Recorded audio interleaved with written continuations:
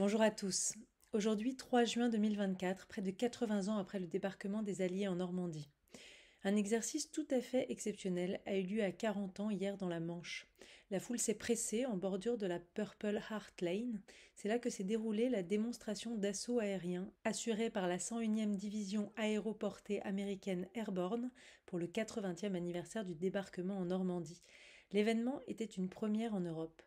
La 101e division aéroportée américaine voit officiellement le jour le 16 août 1942. Elle s'entraîne aux États-Unis avant de se rendre en Angleterre en septembre 1943 dans le but d'y poursuivre son entraînement. En janvier 1944, la 101e division aéroportée se voit renforcée et ses effectifs se portent à près de 6600 soldats. Dans la nuit du 5 au 6 juin 1944, les parachutistes de la 101e sautent sur la Normandie. Au-dessus du Cotentin, les avions C-47 sont les cibles de la flak allemande et de nombreux appareils rompent la formation. La précision des parachutages s'en trouve très affectée et la majeure partie des soldats américains n'atterrissent pas au bon endroit. Certains paras se retrouvent à plus de 20 km de leur objectif.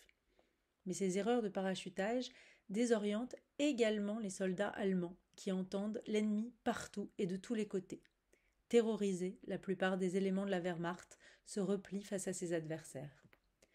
Les rapports indiquent que près de 1500 soldats américains de la 101e ont été faits prisonniers ou ont été tués au moment de leur atterrissage en Normandie.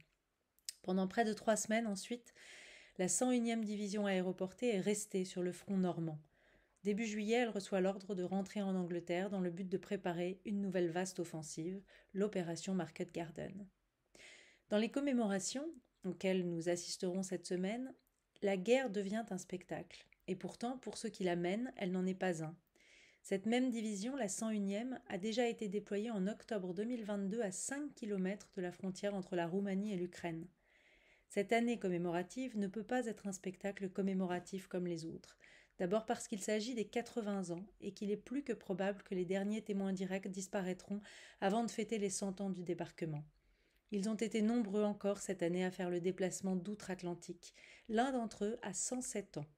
Cette année est différente aussi parce que la guerre est aux portes de l'Europe et qu'il ne semble pas que cela se termine dans les prochaines semaines.